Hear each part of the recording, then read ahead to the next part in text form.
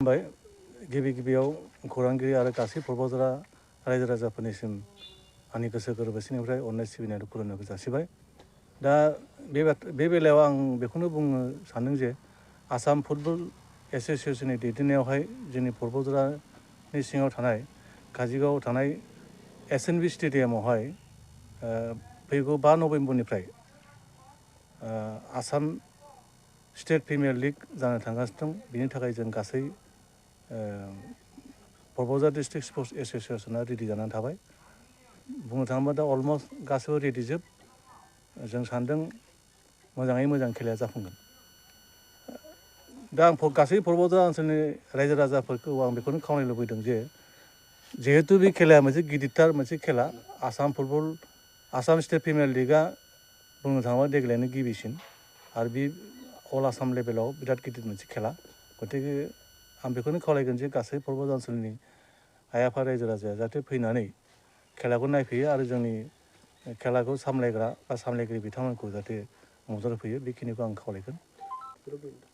बेवहाय गासै जोंनि हम माबाया जाहैबाय, टीमा जाहैबाय खोरोमदाव एफसि। खोरोमदाव एफसि भार्सेस जेनेबा 11 स्टार्स एफसि मोनसे दं, मरानबो दङ बेवहाय, गबिन्द बसुमतारी एफसि। बेबायदि गासै 8टा खेला जागोन। माने 7टा खेला माने 8टा टीम दं गासै। गासै नायगिरिफोरनि थाखाय मोनसे जों लानाया लायाखै नङा, जोंहा मोनसे खरस दङथ'। बे हिसाबै जों नायगिरिफोरनि सुबिदानि थाखाय गेलारियावहाय 40 रां आरो बेनिफ्राय जेनेरेलनि थाखाय 30 रां लानाय जादों। बुंनो थाङोबा अलमस्ट रेडिथारसै। आसाम फुटबल एसोसिएशनफ्राबो अबजार्भार बिथांमोना नायफैबाय, पसन्द जादों। माने जोंनि एडभान्स जानायखौ थेंक्स होदों। गतिके फ्राय रेडि आरोखि गासैबो। जोंनि थानाय बेबस्था बे एकमडेसन बेबो जाबाय।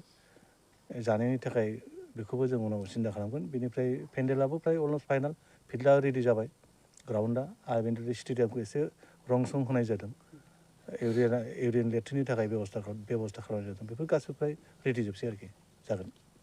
নিউজ চেনেল সকললৈ পোনপ্ৰথমে মই মোৰ আন্তৰিক শুভেচ্ছা তথা ধন্যবাদ জ্ঞাপন কৰিছোঁ। আৰু লগতে সমূহ পৰ্বতজোৰাবাসী ৰাইজলৈ মোৰ নমস্কাৰ থাকিল। তো আজি এই নিউজ চেনেলৰ যোগেদি মই এইখিনি অৱগত কৰিব বিচাৰিছোঁ আমাৰ সমূহ পৰ্বতজোৰাবাসী ফুটবল প্ৰেমী ৰাইজলৈ। আগন্তুক 5 নৱেম্বৰৰ পৰা আমাৰ অসম ফুটবল সন্থাৰ দ্বাৰা আয়োজিত হোৱা আসাম ষ্টেট প্ৰিমিয়াৰ লীগ অৰ্থাৎ ASPL আমাৰ পৰ্বতজোৰা কাজিগাঁও SNB ষ্টেডিয়ামত হ'বলৈ গৈ আছে।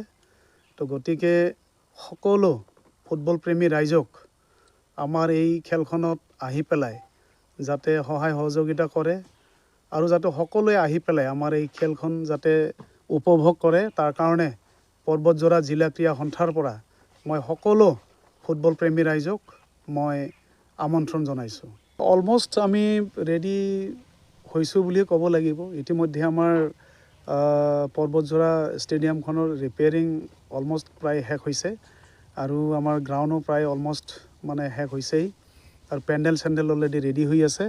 তো গতিকে ইয়াত কোনো ধৰণৰ প্ৰব্লেম নহ'ব বুলি মই ভাবোঁ।